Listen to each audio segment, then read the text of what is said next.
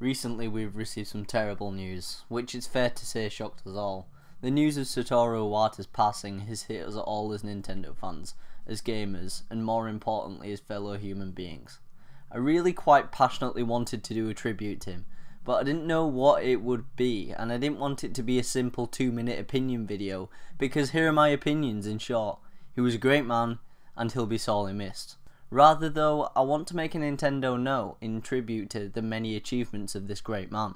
So please, join me in listening in wonder to the many achievements of this gaming great.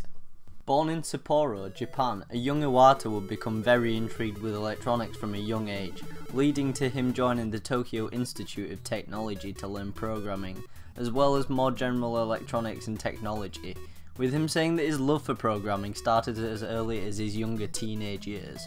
While still in education, Iwata took up a part-time job at the small game studio HAL Laboratory, which he would later make a full-time job once he had graduated. He became the studio's 5th employee, where he'd later kickstart his career as one of the greatest game developers of his time in Japan, and potentially even the world, helping to make many iconic games such as Kirby, Earthbound, NES Pinball, and of course probably his most memorable game, Balloon Fight. After this, and moving on to the year 1993, HAL Laboratory found themselves in much financial trouble despite making a range of great quality games.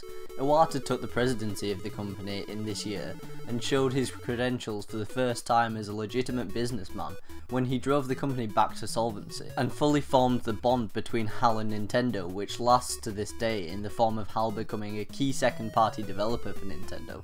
Iwata was also influential in the now massively successful Super Smash Bros. Franchise becoming a reality, as he helped Sakurai, to whom he was his boss at the time, to build the prototype of the original Nintendo 64 game, and fully supported his friend in pitching it to Nintendo for its release in the late 90s.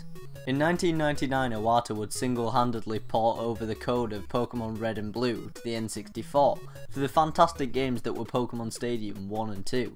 This caused the then relatively unfamiliar co-worker Morimoto of Game Freak to ask himself, is this guy a programmer, or is this guy the president? Showing just what a talent Iwata truly was.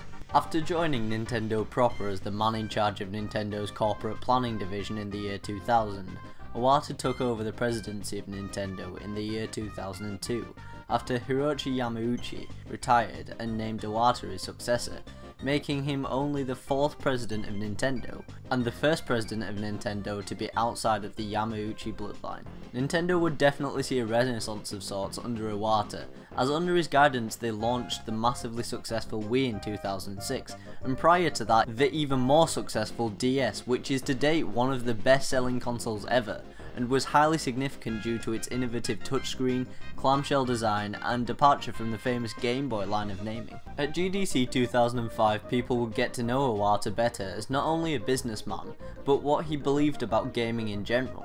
He would speak about how he believed strongly that software sells hardware, and the importance of innovation.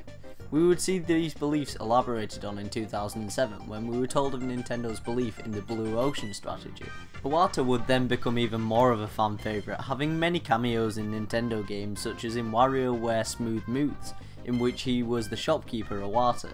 On top of this, Iwata would be prominent in the formation of the Nintendo Direct format, which has given so many hours of joy to Nintendo fans and gaming fans all around the world, due to the news shared as well as the memes and fun times created. Under Iwata, Nintendo would go on to launch the very successful 3DS system and the Wii U also, further pushing his mantra of innovation and the joy of the fans coming first.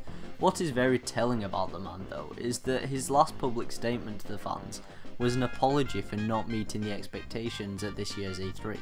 As well as this, when times were tough, Iwata halved his pay in order that they could keep solidarity in the company, and in a way to show respect to his co-workers.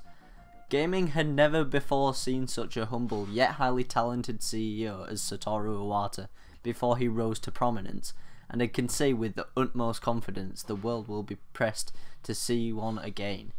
Rest well, Satoru, you've earned it, my friend. You were certainly a friend to us all.